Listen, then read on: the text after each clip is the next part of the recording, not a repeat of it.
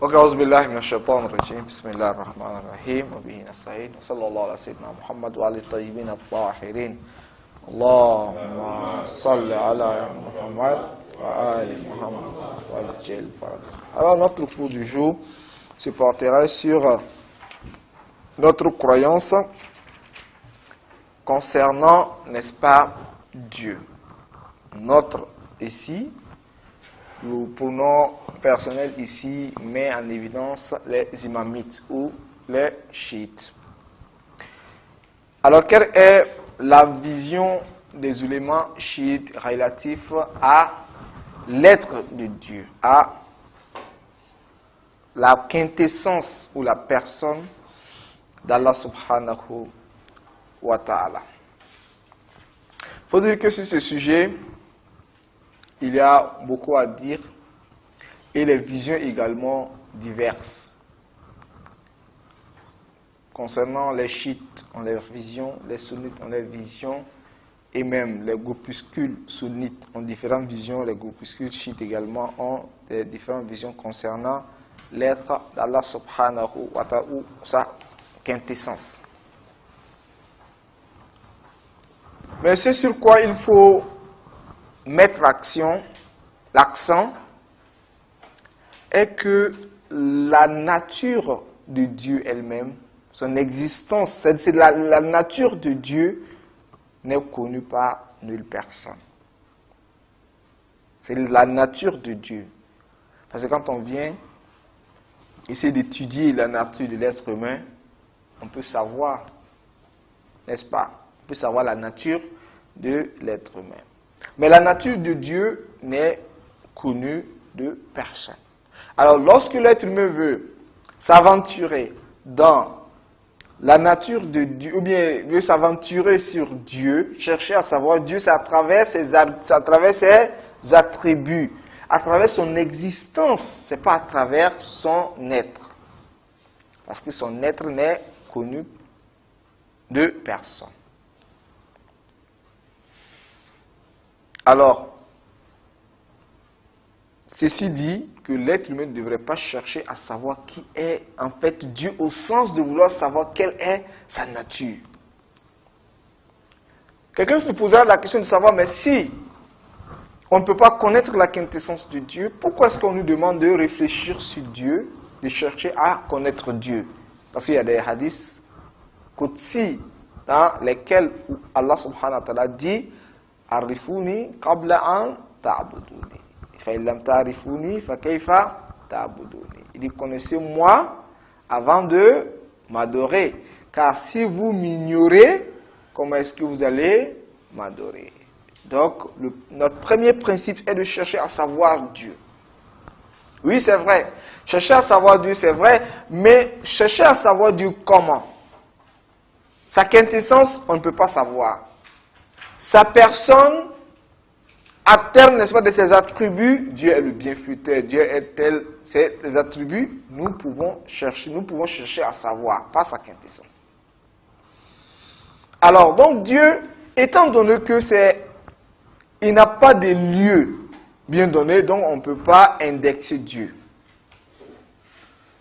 Alors, si on ne peut pas indexer Dieu, cela voudrait dire que toute personne qui viendra dire que Dieu est assis quelque part, sur son trône, souvent comme on le dit, Dieu s'est établi sur son trône, comme le dit Imam Malik. Parce qu'on lui posait la question de savoir comment est-ce que Dieu est installé sur son trône. Celui-ci dit Al-Istiwa Ma'loum. Et le fait que Dieu soit installé est connu. Installé, c'est-à-dire le fait de s'installer comme de la manière je suis assis sur mon trône. Voilà, donc c'est connu, Istiwa est connu, wal kayfu majhul, mais la manière est ignorée. C'est-à-dire Dieu est établi, c'est connu. Comment? On ne sait pas. On peut se poser la question de savoir, il dit waswal anhu bid'a. Il dit mais le fait de chercher à savoir est une innovation. On ne devait pas chercher à savoir, c'est du bid'a.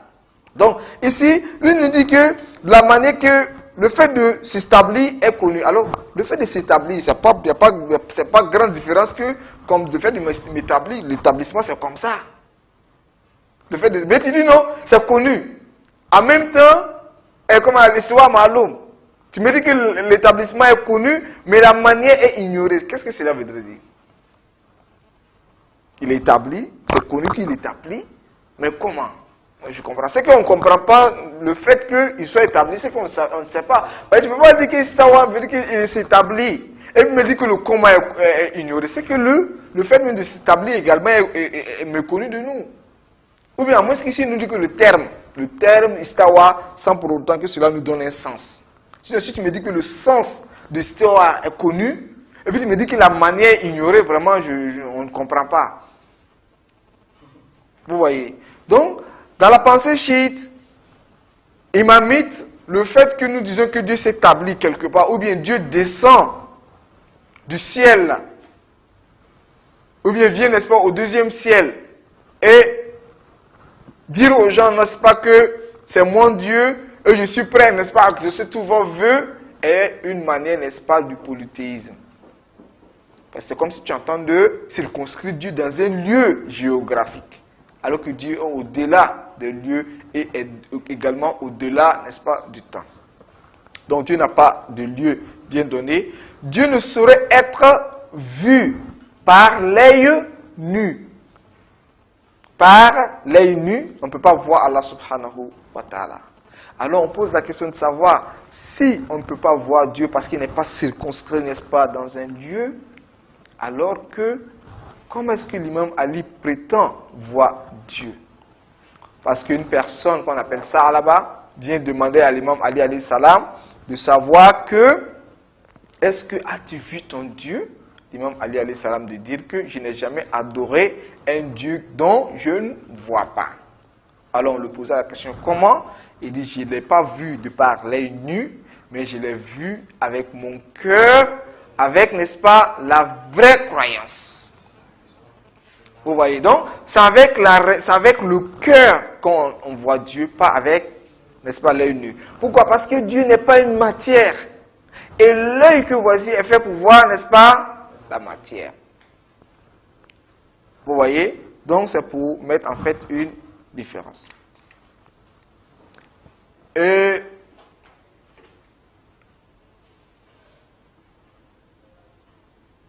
d'autres également disent que nous pouvons voir Dieu le jour de la résurrection. Donc le jour de la résurrection, Dieu viendra, n'est-ce pas, se manifester et nous allons, n'est-ce pas, le voir. Alors, si réellement Dieu serait vu, ou Dieu peut être vu, comment il serait vu? Sa totalité ou bien une partie? Parce que quand on dit que je te vois, soit je te vois, n'est-ce pas, ta totalité, ou bien je te vois, n'est-ce pas, une partie. Une manifestation. C'est-à-dire la personne de Dieu, son être, comme ça. C'est comme, parce que quand actuellement, donc c'est-à-dire on ne voit pas Dieu comme on voit une personne en face de nous.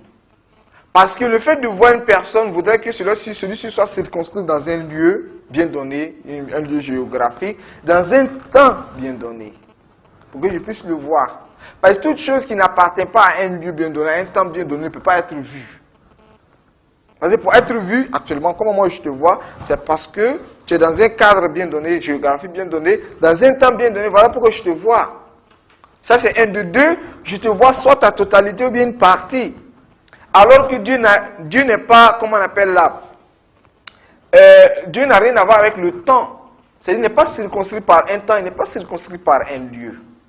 Donc, si nous prétendons voir Dieu, soit c'est sa totalité, on voit, soit c'est une partie. Alors que Dieu, Dieu n'a pas de totalité, au sens que c'est pas un ensemble comme une matière. Donc, on ne peut pas dire qu'on a vu une partie de Dieu, ou bien on a vu sa totalité. Parce que si tu vois sa totalité, c'est comme si il y a le monde qui le couvre. Alors on posera la question de savoir, bien avant qu'il ne crée le monde, où est-ce qu'il était? Vous voyez? Donc Dieu est au-delà du temps et au-delà de l'espace. Il n'est pas semblable à qui que ce soit. Vous voyez? Nul n'est égal également à Allah subhanahu wa ta'ala. Alors si il s'est manifesté quelque chose et qu'on le voit, alors qu'est-ce que cela voudrait dire? Il est semblable forcément à quelque chose. Vous voyez? Donc la pensée chiite dit que Allah subhanahu wa ta'ala n'est pas circonscrit dans un lieu, il n'est pas déterminé par un temps ni un espace, ça c'est un. De deux, on ne peut pas voir Dieu par l'œil nu, il n'est pas semblable à qui que ce soit. Alors, si Dieu ne peut pas être vu, alors pourquoi est-ce que nous constatons dans les versets coraniques des versets qui mettent en évidence que le jour de la résurrection, nous allons voir Dieu, ou bien Dieu a, n'est-ce pas, la main, il a, n'est-ce pas, la face, il a... Alors, quelle réponse à cela? Pour répondre, nous allons dire que le Coran utilise ce qu'on appelle en arabe al-majaz, souvent les métaphores, souvent les sens figurés. On pourrait voir une personne, et puis on dit, mais celui-ci c'est un génie, ou bien celui-ci c'est un dieu, ou celui-ci c'est un idole. Souvent on le dit. Quand on voit une personne, ou bien une star, une star c'est quoi? C'est la lune, c'est les étoiles, on l'appelle star, n'est-ce pas? Pourquoi est-ce que? Parce que celui-ci est évident, celui-ci est clair. Voilà pourquoi on l'appelle star. Est-ce que cela voudrait que celui-ci est étoile? Non. Ou bien tu vois une personne courageuse, tu dis celui-ci c'est un lion. Est-ce que ça veut dire que réellement c'est un lion? Hein? Ou bien on voit quelqu'un tellement que celui-ci est fort, on dit c'est un génie. Un génie, c'est-à-dire c'est une personne qui est forte. On dit c'est un génie. Est-ce que réellement celui-ci est un génie? Non, c'est un sens figuré. C'est un sens figuré pour dire que celui-ci a un rapport de la manière que le génie est celui qui met une grande science. Alors celui-ci, comme il a une grande science, donc on l'appelle, n'est-ce pas, génie. Ou bien un idole. Un idole, c'est celui que j'adore. Et ça, c'est mon idole. Parce que je l'adore. Alors, lorsque nous venons dans la pensée islamique, idole c'est sanam. Sanam, c'est qui on adore à l'opposé de Dieu, qui est interdit. Mais lorsque nous disons c'est là que celui-ci c'est mon idole, dans le sens que je l'aime. Ou bien c'est mon Dieu, je l'adore. On dit, c'est pas Dieu on adore, mais c'est quelqu'un me dit que j'adore une telle personne parce que je l'aime. C'est pas je l'adore, ne veut pas dire que je me prosterne pour celui-ci. Donc, Allah subhanahu wa ta'ala a utilisé des versets coraniques dans le Saint-Coran au sens figuré. Tantôt, souvent, c'est la métaphore. Tashbih, ça ne voudra pas dire que forcément Dieu a une face. Et dans le Saint-Coran, Allah subhanahu wa ta'ala dit que kullu shay'in halik illa wajha. Il dit toute chose périra sauf la face de Dieu. Qu'est-ce que cela voudrait dire? Si Dieu a une main, la main va périr. S'il a un pied, son pied va périr. Tout va périr sauf ses yeux. C'est pas ce qu'il veut dire. Vous voyez? Donc la face ici pourrait mettre en évidence c'est ça, la force de Dieu. Pourrait peut-être mettre en évidence toute chose qui a rapport avec Dieu. Comme on dit souvent que les imams et le saint prophète Mohammed sont, n'est-ce pas, la face de Dieu. La face de Dieu ne voudrait pas dire que la face comme ça de Dieu, c'est pas cela.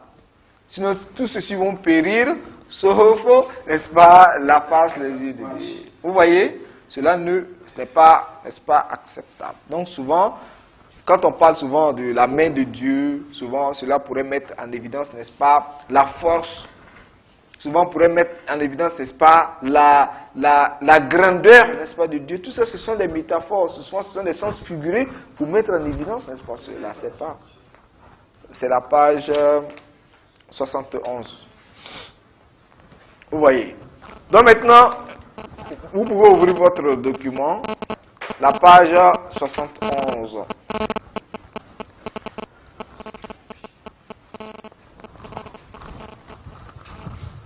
Alors, ici la page 71 du livre Les croyances des imamites, il a été mis en évidence que notre croyance concernant Dieu. Nous croyons aussi que Dieu est un et unique. Un, pour dire qu'il n'a pas de semblable, et unique, pour dire que Allah subhanahu wa ta'ala n'est pas composé. Il n'est pas composé. Parce que quand on dit une personne comme moi, actuellement, je suis composé de la main, de la tête, des pieds. Donc j'ai besoin de ma main, j'ai besoin de ma tête, j'ai besoin de de mes membres, j'ai besoin, alors que Dieu n'a aucunement besoin. Donc il n'est pas composé. Vous voyez? Et éternel là. Le premier et le dernier, ce qui veut dire qu'il existe avant la création et qu'il demeurera après la fin de la création. Il est toujours vivant, sage, puissant, indépendant de toutes choses, tout entendant. Il attend tout, tout voyant, omniscient et juste. On ne peut pas le comparer avec ces créatures. Il n'a ni corps, ni forme, ni substance, ni figure. Tout ça, c'est pour montrer, mettre en évidence qu'il est unique. Donc, il est unique dans ce sens.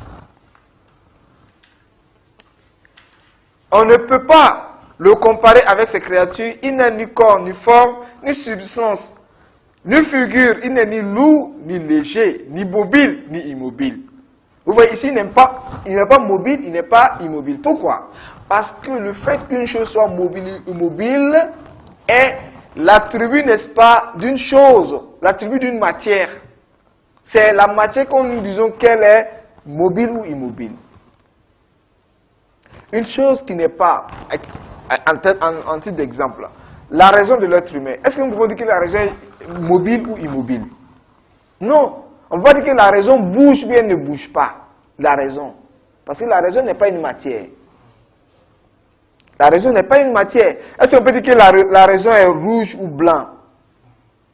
Pourquoi? Parce que ce n'est pas une matière.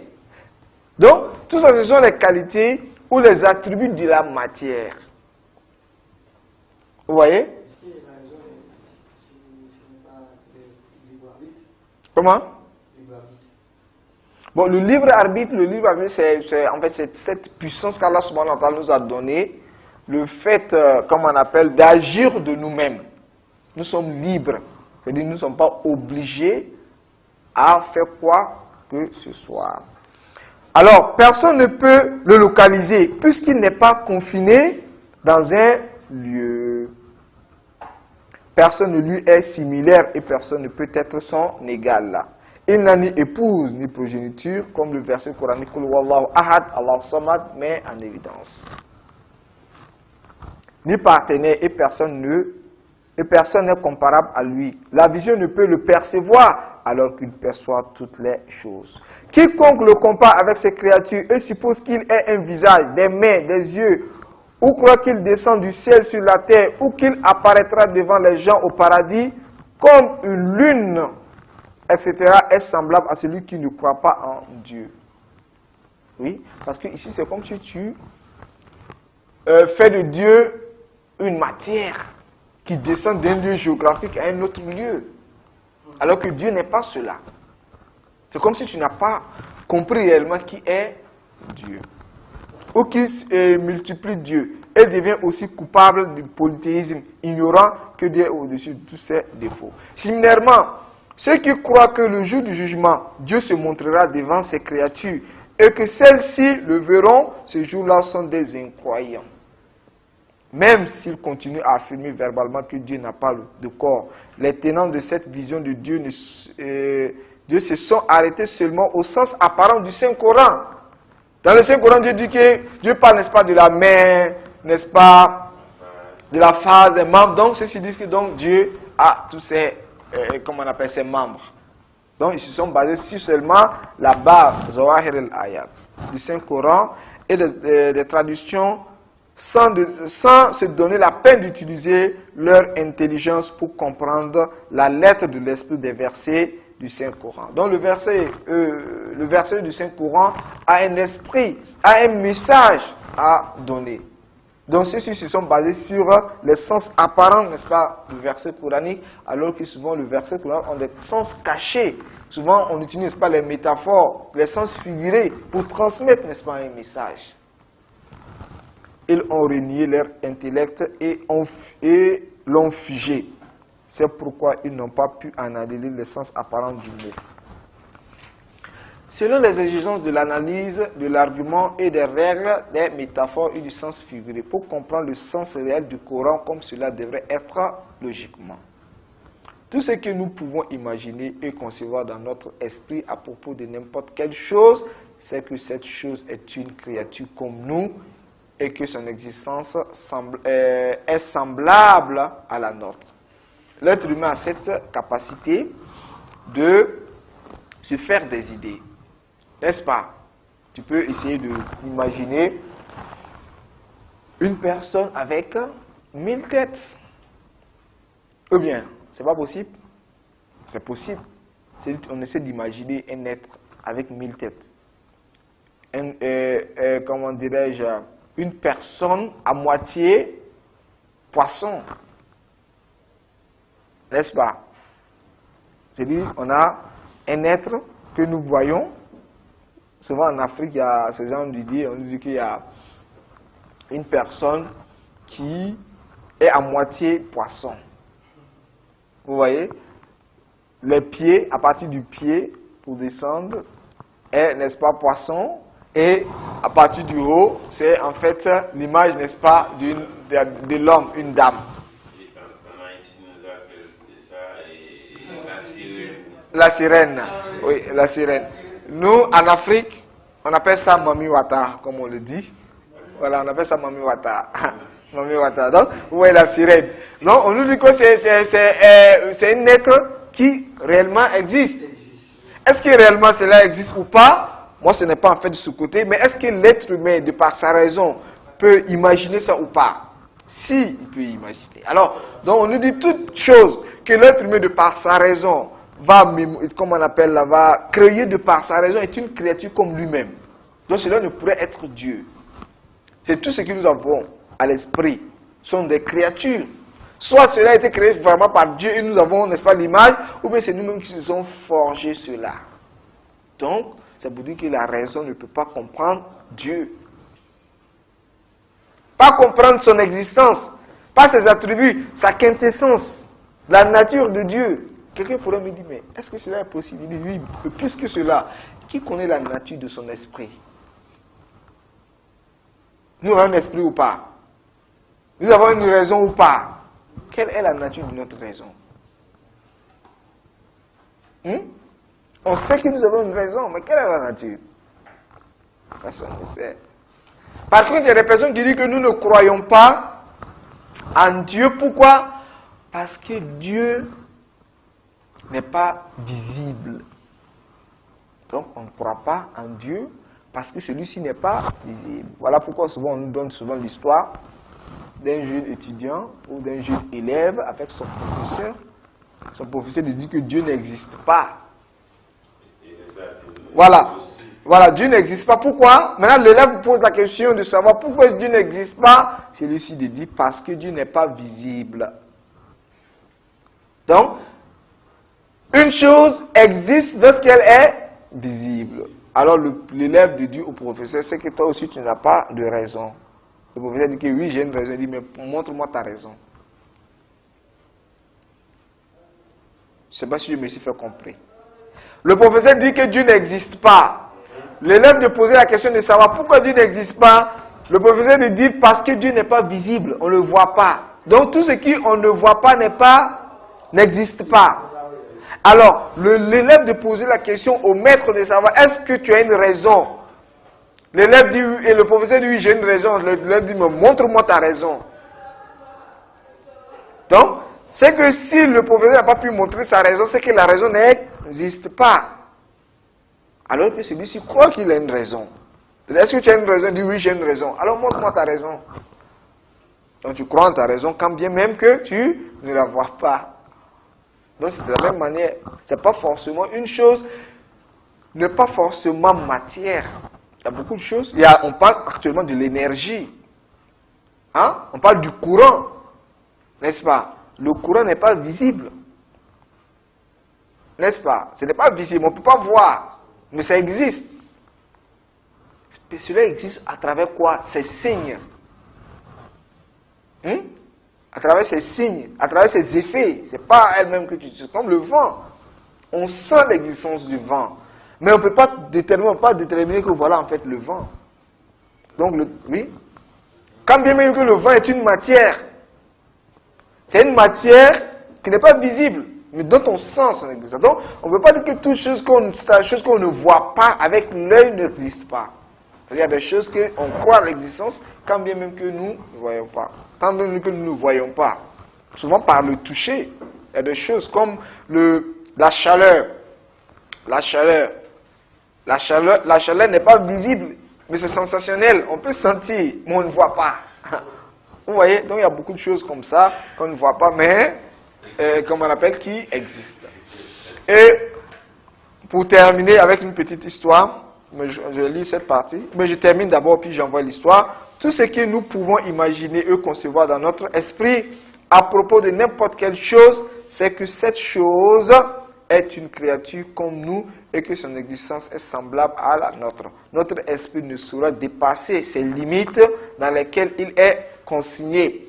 Cette vérité a été explicitement évoquée par l'imam Bakr. Une fois, un professeur parlant de l'existence de Dieu dit à son élève, il lui donne une pomme.